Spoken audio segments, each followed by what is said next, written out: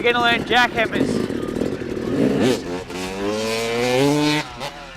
To do a jackhammer, you want to be pretty confident with cliffhangers, as it's just an extended cliffhanger.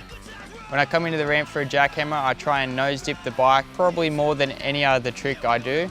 This makes it easier and faster to get my feet to the handlebars once leaving the ramp. When I leave the ramp, as the same with a cliffhanger, my front end's dipped down, put my feet around my fork tubes, pigeon toe as tight as I can around the grip tape, and then just stand straight up. The more you dip your bike off the ramp, the easier it is to stand up. With this trick, you want to push your hips forwards to get full extension, put your hands up as high as you can in the sky. Then coming back on, bend your hips down, bring your hands down to your handlebars. If you do this all in one fast motion, normally your feet naturally just go back to the pegs, making this one, for me, it's easier than a cliffhanger.